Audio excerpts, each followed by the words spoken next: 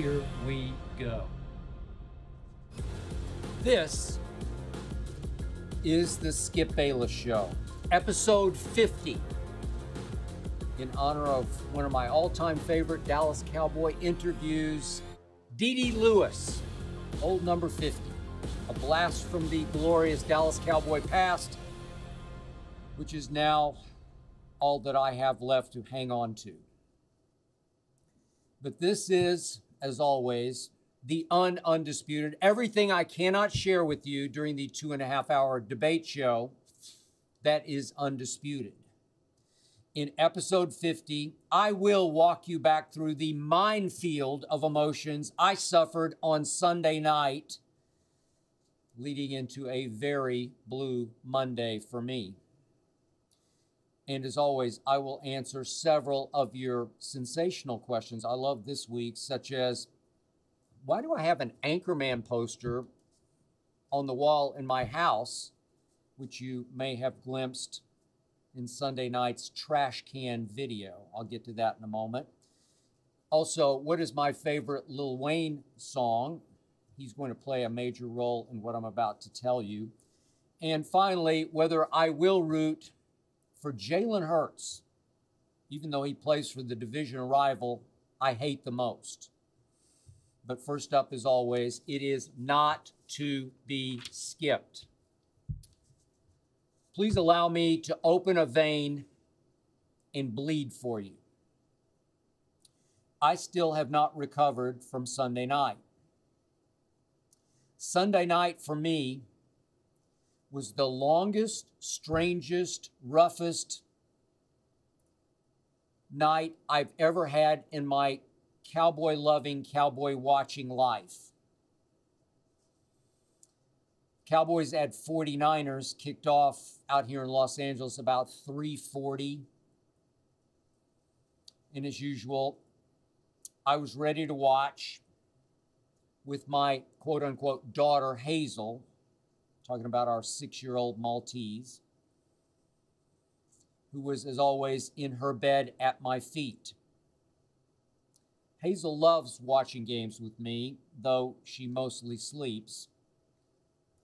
But I was ready to go, and I was wearing my white number 4 Dallas Cowboy jersey, my Dak jersey, which had worked wonders for me, counteracting the navy blue Jinx jerseys that Jerry Jones decided to wear at Tampa. So I wore my white Dak jersey to counteract an anti-Jinx, the Jinx jersey, and did it ever work at Tampa? But as this Dallas Cowboy game kicked off, and for me, as you know, it was the game, Hazel was just weirdly restless. Never seen her like this. I didn't tell her that this game meant more to me than any in my Cowboy watching, loving history, but she just seemed to know that it did.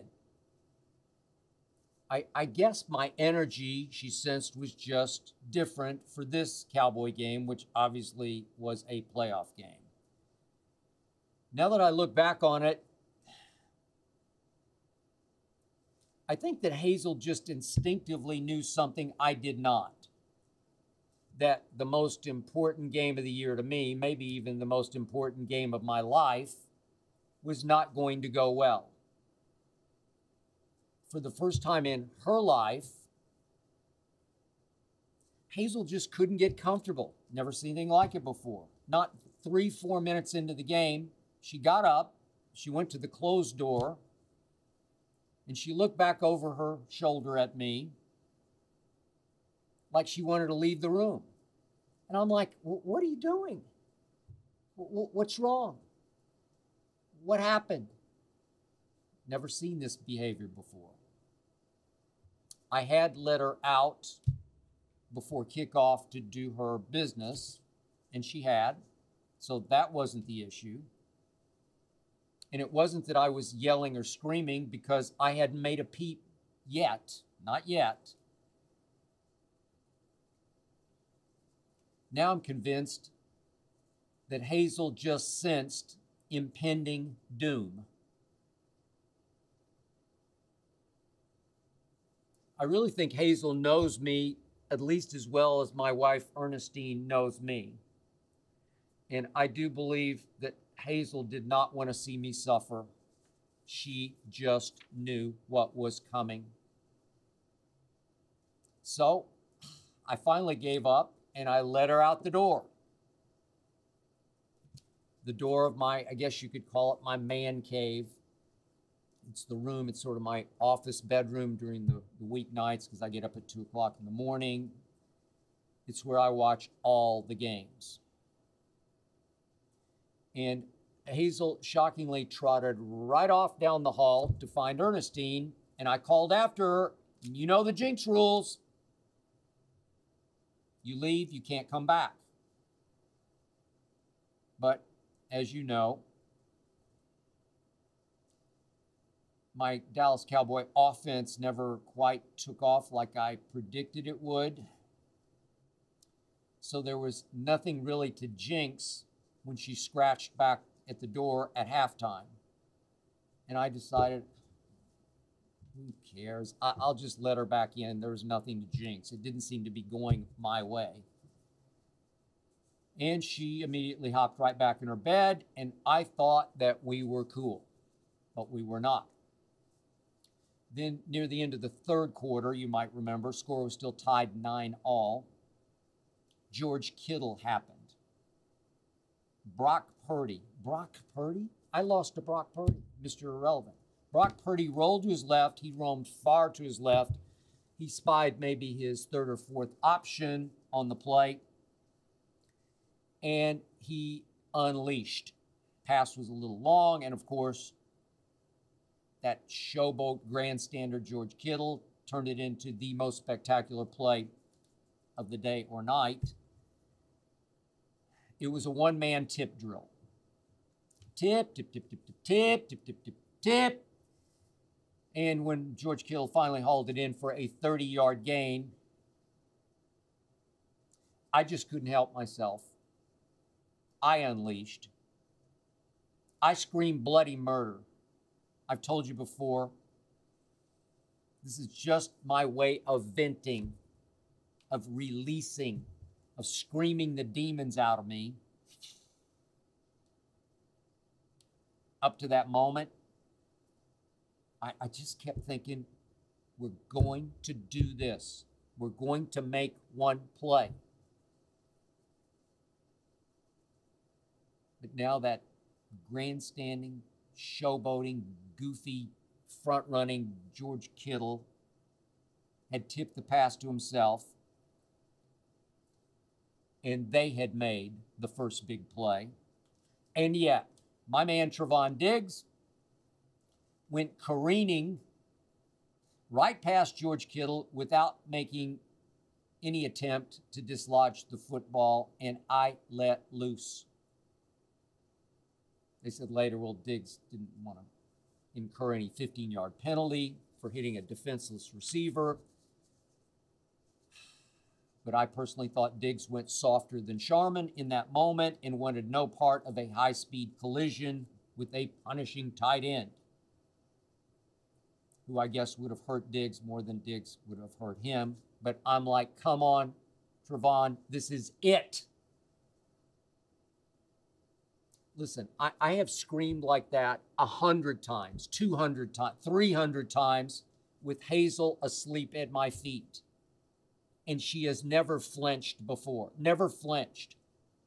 Never done anything but maybe open one eye and look up at me like, what are you doing? Never flinched.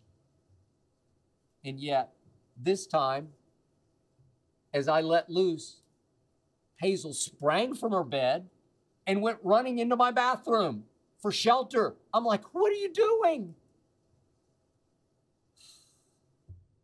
I jumped up. I went into the bathroom where she was cowering and quivering. I tried to console her. I tried to calm her. I tried to comfort her. I tried to show her that everything was fine. It was just okay. But she knew what was happening. She knew that everything that was about to happen in this game was not okay.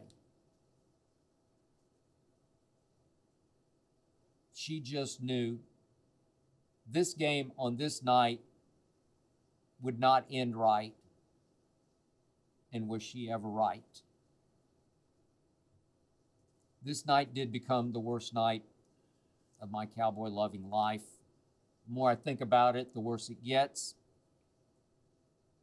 The score I had predicted had San Francisco scoring 20 points. I had it 30-20 Cowboys. The 49ers finished with a grand total of 19 points. I was so proud of my defense all night long, except for Trevon Diggs, who not only avoided that contact, might have broken up that pass, but just a couple of plays later, he dropped a tipped pass, an interception that would have negated San Francisco's go-ahead 16-9 touchdown. Dropped an interception that hit him right in his ball-hawking hands. I realize it got redirected. He wasn't quite ready for it, but come on. Who saw that coming? Hazel did. She was so upset by my shriek that she wanted out of my room again, and I let her go find Ernestine again.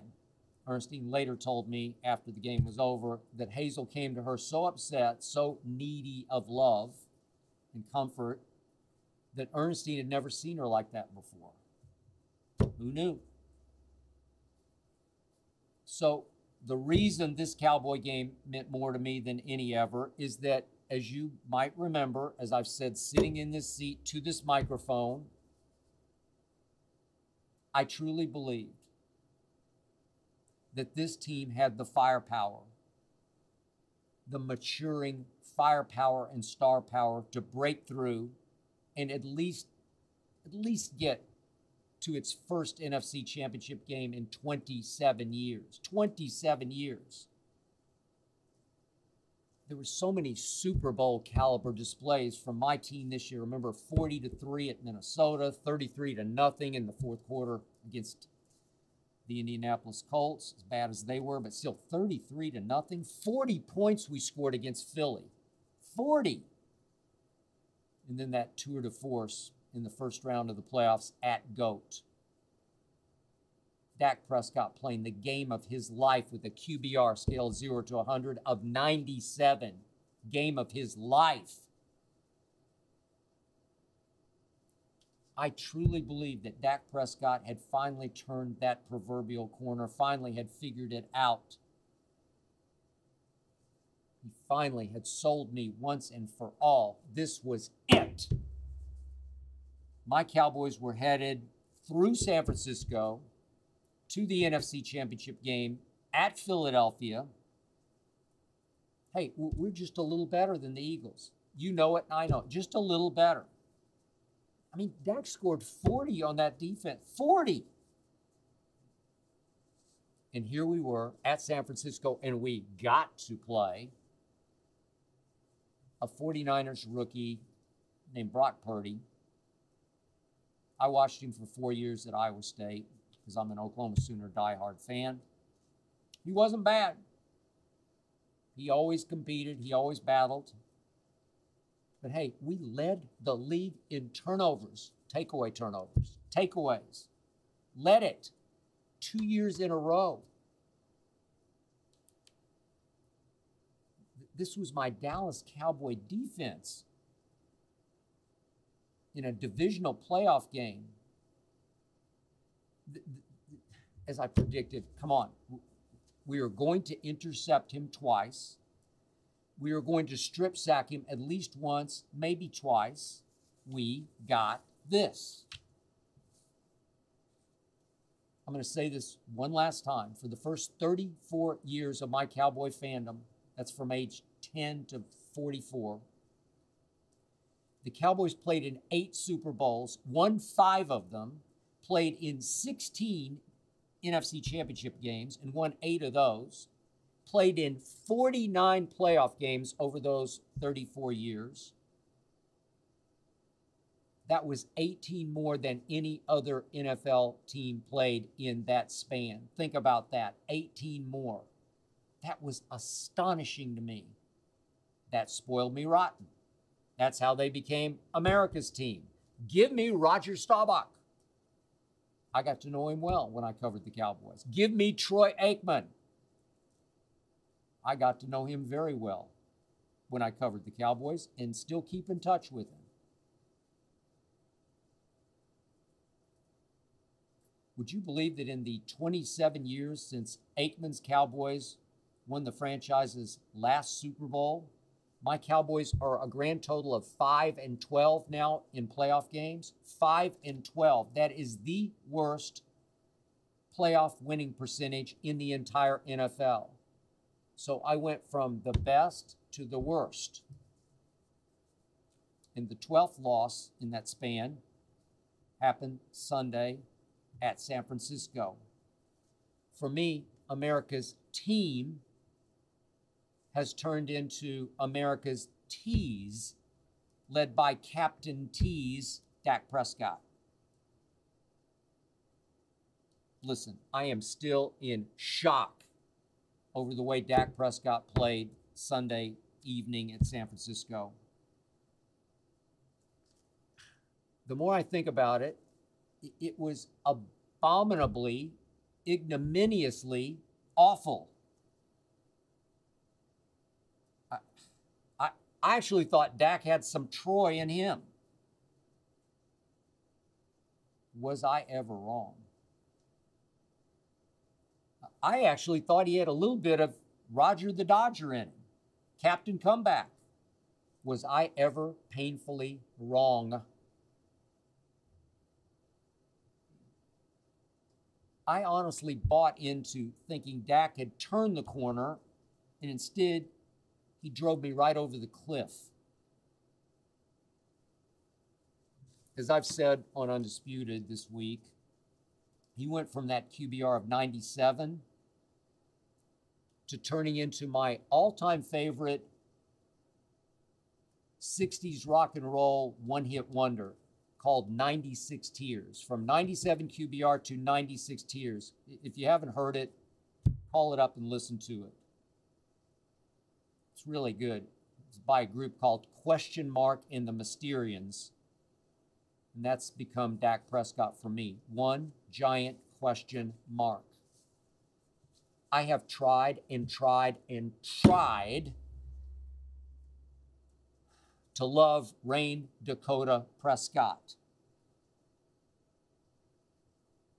And he has always, always, always, always rained on my parade when I least expected it. He can be so good and so, so bad.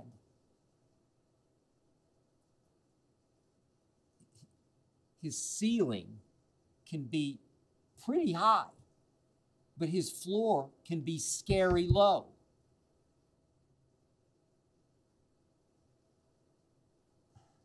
So how can I ever buy back into the fact that he can take me places, take me to a Super Bowl? I tried so hard to get there, and now I can't anymore because, as I've mentioned on this podcast once before, after Dak's all-time great rookie year, remember he stepped in, started in place of the injured Tony Romo, and then he retired Tony Romo. He was so good. I thought it was the greatest rookie starting season ever, even better than RG3's in Washington. So after that season, it was early in his second season, we shot a new commercial for Undisputed one Saturday afternoon. It was featuring me raving about Dak Prescott and Shannon Sharpe scoffing at me. That commercial never aired. Ezekiel Elliott got suspended. That was the same Zeke who led the NFL in yards rushing per game as a rookie, was on his way to doing it in his second year. But all of a sudden, without Zeke, that second year, Dak got exposed. Dak started looking like the fourth-round pick that he originally was. That was scary. I should have known then. It feels now like Zeke carried Dak through that rookie year. And that commercial bit the dust along with my 2017 Cowboys season. So there I sat Sunday night. I felt like I was watching a horror movie in slow motion. That's how it felt to me.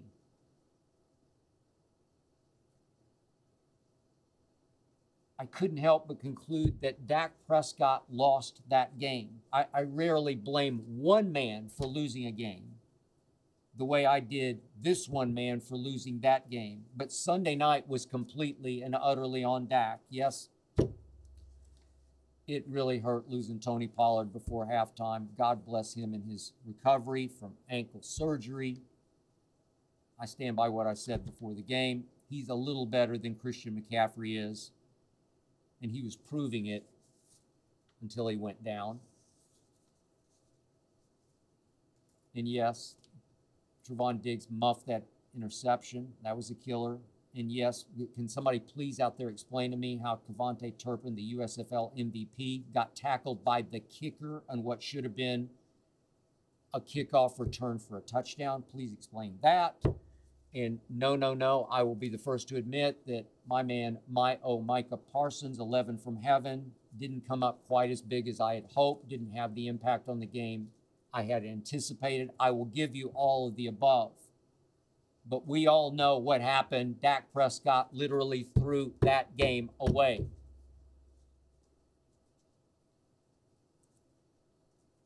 Do I have to count the ways again? Okay, I'll open my vein wider and I'll bleed some more all over this paper. First interception he threw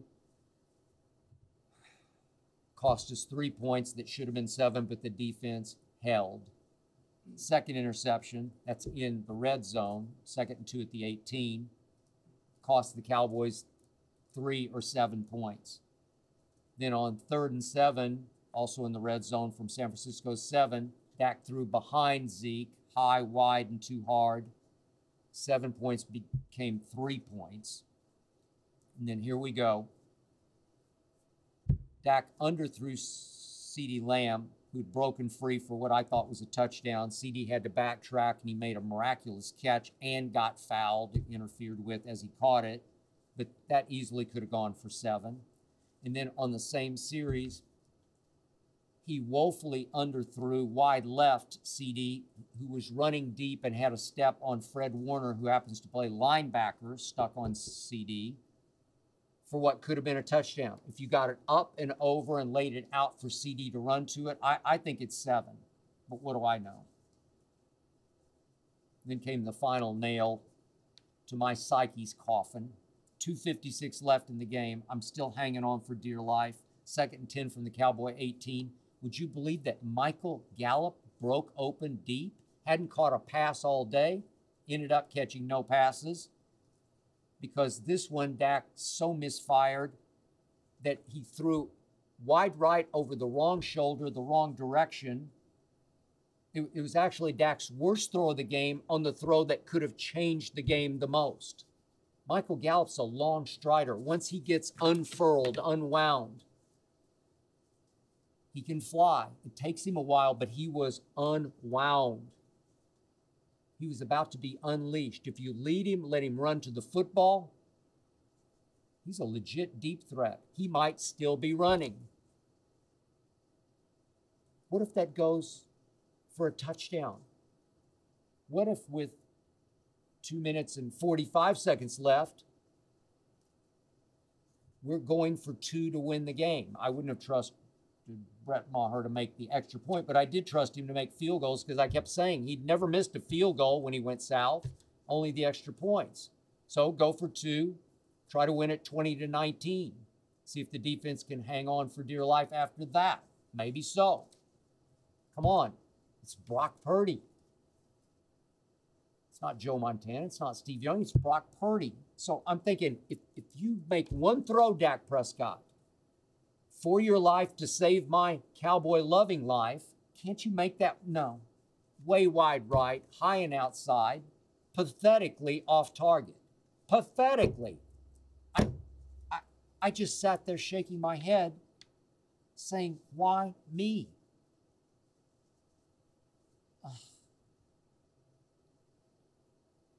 So do the math for me, if you will. The math is a mind-boggling brain teaser. Dak cost the Cowboys a maximum of 24 points on Sunday with his errant throws, and a minimum, as I just detailed, of 12 points. So the final score was 19-12, so 12 plus 12 is 24. I think we win.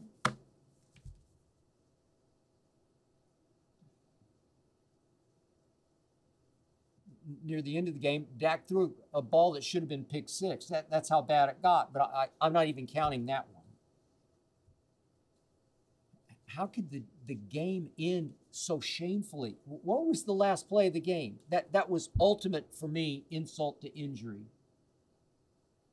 Zeke snapping the ball, getting dump trucked as he snapped, Dak throwing to Cavante Turpin, who had caught one pass all season, then Dak breaking to run toward Cavante Turpin to get the lateral, to start the lateral play, but Turpin got dump trucked by Jimmy Ward as he caught the ball. Insult to injury. America's tease. I just sat there, dumbfounded, thunderstruck, devastated, psychologically obliterated.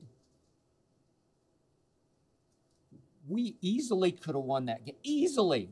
And it wasn't a bad call game. It wasn't Dez caught it. It wasn't anything like that. There were no bad calls. It wasn't Dak running out the clock and they couldn't get the ball spotted for one last mini Hail Mary into the end zone like last year.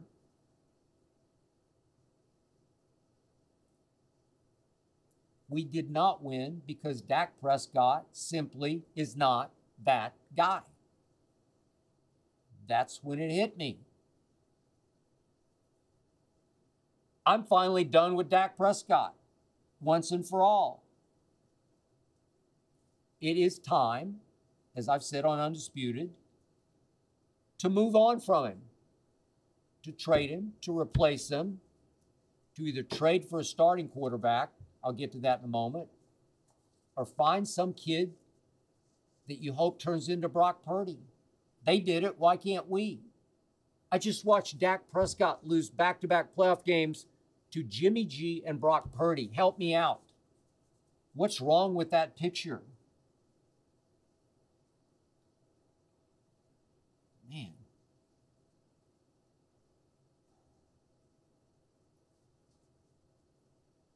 That's it. I'm done. I got through Undisputed Monday morning. It wasn't until the afternoon that I got a text from my brother, Lil Wayne. He wrote to me, "Man, I was giving you some time to breathe after the L, brudda," like B-R-U-D-D-A, brudda. "Trust me," said Lil Wayne in the text, "I know it hurt," no in all caps. Then he went into a classic, deeper than the Pacific Ocean, Wayne theory. Wayne predicted in that text to me that Dak Prescott will experience such negativity this offseason from media and fans that it will turn him into, and I quote Lil Wayne, an absolute monster, quote unquote, next year. That he will be driven, like all the great ones are, by a new chip on his shoulder, and that he will become, and I quote from Wayne's text, a bad, bad man, quote unquote. I texted right back. I greatly appreciated this sort of metallic silver lining, if you will, this heartfelt attempt by Wayne to console me. And then, as we often do, we began to fire texts back and forth. You know, I think that we communicate even better texting than by phone or face-to-face when Ernestine and I go out to visit Wayne, which we're going to do in a couple of weeks after the Super Bowl. Wayne obviously is an all-time great wordsmith, a gifted lyricist, and I'm a pretty decent writer myself. So maybe we express ourselves better with the written word than the spoken word. Maybe. Wayne texted that he will acknowledge that he got the feeling from Jerry in his post-game interview after the game that Jerry, like me, had had enough of Dak. So I responded in text with this quote, maybe Jerry would take 2 years of Aaron and trade you 2 somewhat cheaper years of Dak.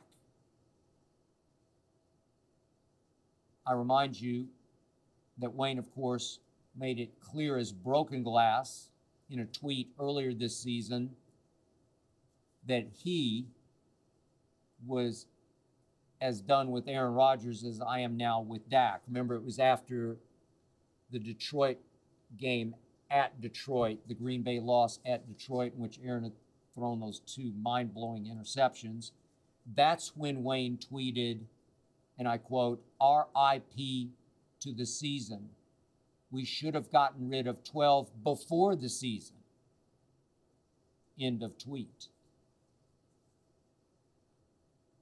So Wayne texted right back to me on Monday, he would love to have Dak for Aaron. The truth is, the cap hits for both of them are pretty much the same for next year, so it's a trade that I'm pretty sure would work. Maybe that's over my head, but I think it would work. And then, by the way, Aaron said the other day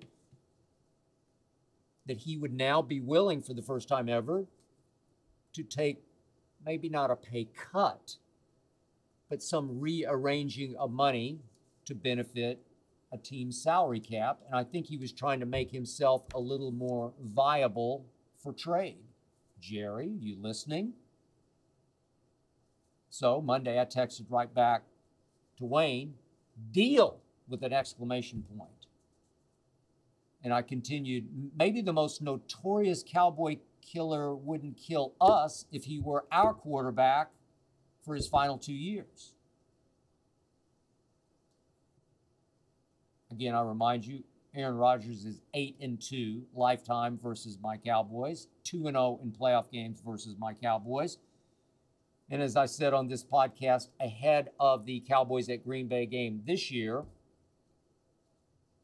when, by the way, we blew a 28-14 lead through 3 quarters and lost in overtime, I told you, I first guessed it, Aaron Rodgers is our Count Dracula. He swoops in under cover of darkness and sucks the life out of us on a consistent basis. And by the way, that game at Lambeau this season, you realize Dak had the ball 4 times in the fourth quarter and overtime and managed to score 0 points. Not that guy should have known. Now, you also might recall that dating back to, 2007, my days on First Take, I was the first in the national media to call out Aaron Rodgers as the all-time blame-deflecting, finger-pointing, media-manipulating diva. Aaron used to fire back at me for a while, but he doesn't anymore, because I'm pretty sure I've been proven right about that, and he knows I have been right for these many years about that. Also, for many years, I've called him out for his playoff choking, and I have been right. He's 7-9 postseason. Since that long ago, far away, galaxy far, far away Super Bowl. Remember that road wild card run to his one and only Super Bowl? He won the MVP. I give it up. I give you that. But of course, do I need to remind you? Had the number 1 seed coming off MVP in 2020, lost at home in the NFC Championship game, the first one of his career to Tom Brady and the Buccaneers. Had the MVP and the number 1 seed in 2021. Lost the first playoff game, the divisional round, to Jimmy G at home. This season, he lost the equivalent of a home playoff game to Jared Goff and the Lions. So now you ask, I want Aaron bleeping Rodgers to replace Dak Prescott? You better believe I do. That's how done I am with Dak Prescott. Green Bay can have Dak. Lil Wayne can have Dak. Even though he's 29 to Aaron's 39, I don't care. I would take Aaron Rodgers at 39 and 40 and hope he could recapture a large portion of his MVP dominance with a late career change of scenery, like Peyton going to Denver, like Brady going to Tampa. Why not? He'd be throwing to CD, he'd be handing, I hope, and flipping to Tony Pollard. I mean, Aaron Rodgers is still a trick shot artist to me. And by the way, he's actually won something before. He did that. He actually won that Super Bowl. Dak has won next to nothing. He's now 2-4 in the postseason. And 3 of those 4 losses came in divisional round games. 1 step short, hitting his head on his ceiling short of an NFC Championship game. So you can accuse Wayne and me of playing fantasy football, but I don't think so. This deal makes sense to me, and I hope it makes sense to Jerry Jones, because it's time to do something desperately dramatic. It's time to move on from Dak, get out from under Dak, just the way Green Bay clearly wants to get out from under Aaron. We'll trade problem for problem. We'll start over with Aaron for 2 years, and we need to go find a kid quarterback, some Brock Purdy. Maybe it's in the 2nd round, 3rd round, 4th round. I don't know. Somebody to start to groom to replace Aaron Rodgers. I mean, what if he has a career rebirth? What if he wants to go until he's 43 or 4 like Brady does? I wouldn't put it past him. So my concluding text to Wayne was, and I quote, Packer Dak versus our Aaron in next year's NFC Championship game. Wayne hit that with the 2 exclamation mark emoji, the 2 exclamation points. And then he texted, I would love that. So would I. But look, I'll be the first to acknowledge I'm still pretty raw from Sunday night. Maybe I'm not thinking straight. Maybe I'm now so desperate, I'm now so lost that I actually have talked myself into a guy I can't stand, Aaron Bleepin. So, as I scripted this out, these thoughts, it was very late Tuesday night. Clippers had just finished demolishing LeBron and the Lakers, even though LeBron was sensational. But Hazel was fast asleep in her bed at my feet, as serene as she could be. For her, the storm had passed. For me, it rages on. Let's get to your question, shall we? This is Jeremy from Anaheim. Did you sleep on Sunday night? Interesting question, Jeremy. One thing you should know about me, I barely sleep at all, especially at night. I often get maybe 4 hours. Sunday night, I managed 3 hours. But I am blessed this way. When I do get in bed and I do turn out the lights, I can fall instantly to sleep, no matter how awful a loss I just suffered. And by the way, that loss was so awful for me that when I did turn out the lights, I was mentally and emotionally shot. I was spent. I was exhausted. I slept hard for 3 hours. But when I woke up Monday morning out here at 2 a.m. LA time, my first flash was, wait, I dreamed that the Cowboys just lost? And then the reality hit me like the earthquake that we experienced out here in LA on Wednesday morning about 2 a.m. The reality that the clock had started ticking on me having to face the king of Cowboy haters, Shannon Sharp, on live national TV at 6:30 a.m. Pacific time.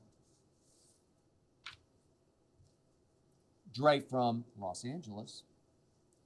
Now what do you do with the Cowboy season over? I mean, Dre, please understand, my life will go on with or without Dak Prescott. It's just that it won't go on with ultimate, undisputed bragging rights that I so dreamed of. It will go on knowing that my Super Bowl window might be slamming shut. We're going to lose a lot of free agents. I don't know how Tony Pollard's going to bounce back from his surgery. Cowboys are strapped against the cap. I don't love it going into next year. Not like I loved this year or even the year before. But who knows? Maybe the Cowboys will trade for Aaron Rodgers. Maybe that will feed the insatiable beast that is a 2.5-hour daily debate show and help us make it through the night that is the off season. But obviously, we love the NBA. We still have LeBron playing at the highest level at age 38. We still have Steph. We still have Embiid, who should be the MVP. We still have Kawhi. I'm still picking the Clippers over the Sixers to win it all. We still have Jason Tatum. I'm trying to love him because he's such a great kid. Still not sure. I still have Clippers over Sixers in the finals. But I will admit to you this. My life actually does get much easier after football season ends. I love football season, but I hate what it does to my life and my wife. Football season is truly, literally 7 days a week. Saturday for me is college football, wall to wall, morning to night. Sunday, of course, is all NFL all the time. Then there's Monday night football and Thursday night football, and you know what kind of football. Then college ends, and the NFL jumps in place on so many Saturdays. It's 7 days a week, relentlessly grinding and exhausting for me, even though I love it with all my heart and soul. I live for it, but it wears me out. Post-football season, I can actually play a little golf. Post-football, I can actually hang out on Saturdays with Ernestine and with Hazel, which is my greatest joy in life. This is Stefan from Glendale, California.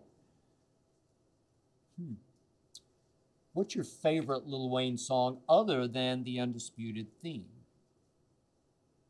A very good question. Look, I'm going to say it again. My number one favorite is the Undisputed theme, No Mercy. You hear it every morning. It is the greatest theme song ever. Wayne keeps telling me I'm going to top it, and I say, I dare you, and he hasn't yet. Maybe he will. But the lyrics of No Mercy absolutely nail the essence of our show. Those lyrics sprang straight from his heart because he is our number one fan. He does not miss Undisputed. I know because he texts me constantly during breaks or after the show. By the way, Snoop once told me when he made an appearance in studio with us that he does consider Wayne's No Mercy one of Wayne's greatest, if not the greatest. That's what Snoop told me. But I will tell you this. My other two Wayne favorites came from Dak Carter 3, which dropped in, I think, July of 2008. And it was right around the time I was getting to know Wayne and clicking and bonding with Wayne. So number one on my list, other than the Undisputed theme, is a Millie, which every time I hear it, it gets a hold of my psyche and it won't stop playing in my psyche because of the rhythm it establishes pounding on your psyche. And number two, if you will, is Lollipop, which obviously Wayne did with Ye. A Millie has a milli great lines in it, and Lollipop is, well, it's just Lollipop. It is powerfully rare. I'm not endorsing the concept of Lollipop, just the art, just the creativity, and the delivery. Vintage Wayne. This is Mo from Charlotte, North Carolina. Why do you have an Anchorman poster in your house? Funny question. I'm sure some of you, maybe many of you, saw the Anchorman poster on the wall. As fed up with Dak, I fired Dak's jersey into the trash late Sunday night. Just for the record, we have a number of movie posters decorating the walls of our home, thanks to Ernestine. Down that same hallway that you can see the Anchorman poster from the kitchen, there are actually two other of our favorite movies in poster. So we have Anchorman that you saw, we have Caddyshack, and we have Die Hard. I think you know how I feel about Die Hard. It is a great Christmas movie.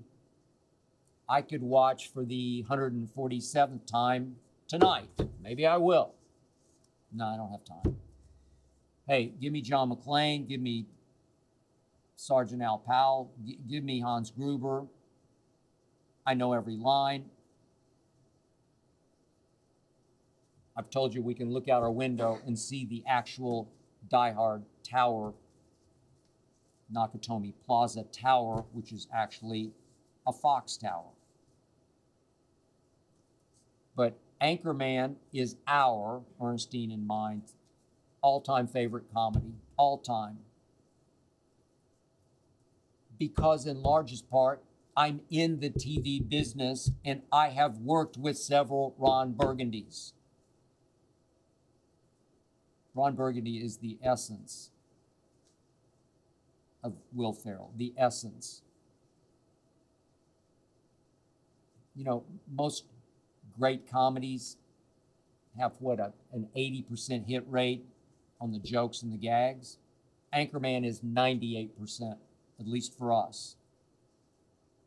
Sex Panther, 60% of the time, it works every time. I can't get much better than that. And by the way, Christina Applegate, God bless her, she drives and finally steals that movie as Veronica Corningstone. And also, by the way, Will Ferrell's Talladega Nights rivals Anchorman for us. But for us, Caddyshack is the closest second to Anchorman. I may have mentioned Caddyshack before here, but it really gets golf. Golf is my passion. It's my obsession. It's my love and my hate. But you don't have to get golf to get Caddyshack. It's Rodney Dangerfield and Chevy Chase and Bill Murray. Big hitter, the llama. Or as he says, the llama. Bill Murray gets total consciousness. So at least he's got that going for him. And the Cinderella story scene is just all-time greatest. It is addictive madness. We watch Caddyshack, I don't know, 2, 3, 4 times a year, just when we need to get our spirits picked up. Maybe I'll try it this Friday night. And I will also tell you, if you will allow me to go a little sideways with you, Ernestine actually, as presents to me, had artwork made featuring 2 of my all-time favorite Westerns. These hang in our living room because they are sensational as artwork in and of themselves, regardless of what they actually represent. The first is from my all-time favorite Western. You probably won't know it, but it's the great Sam Peckinpah's Pat Garrett and Billy the Kid, starring Chris Christopherson as the Kid and James Coburn as the Sheriff, Pat Garrett. I have some Old West gunfighter in me. I have some kid in me. This movie touches my soul. Ernestine loves it almost as much as I do. And by the way, if you want the all-time greatest gunfight ever put on film, try Peckinpah's The Wild Bunch. It was a legendary breakthrough. And finally, the other Western you will not know is as riveting a thriller as I have ever watched. Would you believe I first saw it at what was called the Cinema 70 Drive-In in Oklahoma City the summer before my junior year in high school. It's called The Stalking Moon. It features an aging U.S. Army scout trying to retire, played by Gregory Peck, versus the greatest Apache warrior ever, a killing machine named Salvaje, as in savage, who's on a mission to retrieve his white wife and his son, who are being sheltered by Gregory Peck, who's trying to retire in New Mexico. It is eerie, it is chilling, it is emotionally draining. If you started watching it, you would not be able to stop. It is hide your eyes tension to the bitter end. But again, I have some Old West in me. I have some Gregory Peck. I have some Salvaje in me. And that's why that artwork hangs on our living room wall. This is Frankie from Lawrence, Kansas. Does your hatred for the Eagles trump your love for Jalen Hurts? That is a great question. You got me. I believe I've mentioned this also before, but maybe not. I've despised the Philadelphia Eagles since I was 10 years old. My parents attended an Eagles exhibition game, a preseason game that was played at the University of Oklahoma. We lived in Oklahoma City, obviously. It was played at Norman. It was one of those barnstorming games that featured a former OU star who won the Maxwell Award as college football's best player. His name was Tommy McDonald. You may or may not have heard of him. He's in the Pro Football Hall of Fame, made 6 Pro Bowls. He was a driving force of the Eagles winning the 1960 NFL championship game as a running back slash receiver, a Christian McCaffrey type, except more explosive as a receiver. So my mom goes to the game, as she was wont to do. She just sort of mindlessly bought me an Eagles pennant just because Tommy McDonald played for the Eagles and she loved Tommy McDonald. That was my mom. She didn't ask me if I wanted one. She just bought it. I don't know if they have pennants anymore, but they had them then. She comes right home that night and she walks in and she tacks it on my wall as if I would want it on my wall. That's my mom. God rest her soul.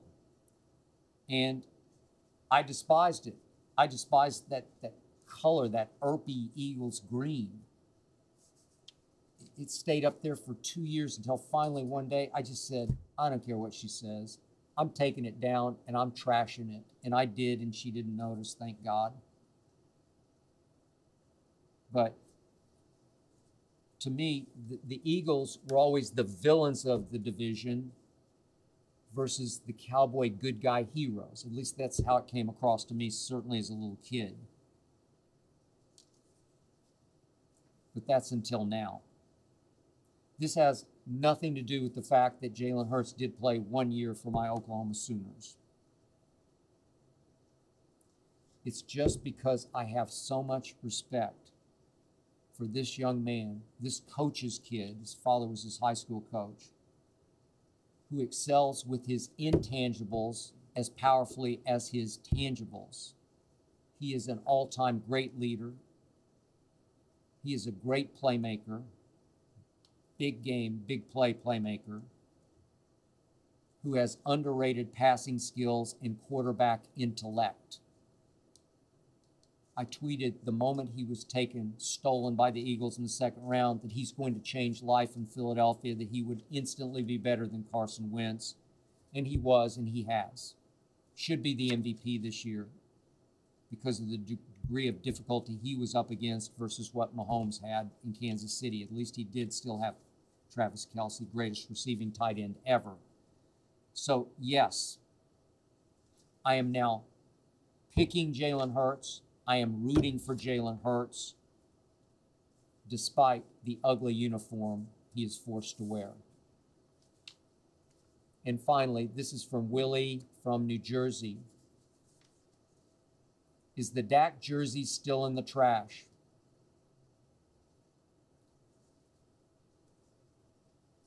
You may remember, Willie and others out there, that once upon a time, fairly early in the 2018 Dallas Cowboys season, I got so fed up with Dak after a home Monday night loss to the Tennessee Titans that dropped the Cowboys to 3-5, so it was more midway through the season. I got so fed up, I marched in and I threw Dak's jersey in the trash. But they had just traded for Amari Cooper, and all of a sudden, the very next week, they took off and won the division and actually won Dak's first playoff game at home against Russell Wilson. Dak was very good in that playoff game. I thought he outplayed Russell Wilson, even though Russell had a little better QBR in that game. But the point was, in those days, I forgave and forgot quickly with Dak, so that jersey did not stay in the trash. But this time, this number 4 jersey remains in the trash that has been subsequently taken out. May it rest in pieces. I'm sorry. I am done. That's it for episode 50. Thank you for listening and or watching. Thanks to Jonathan Berger and his all-pro team for making this show go. Thanks to Tyler Korn for producing. Please remember, Undisputed every weekday, 9:30 to noon Eastern, the Skip Bayless Show, every week.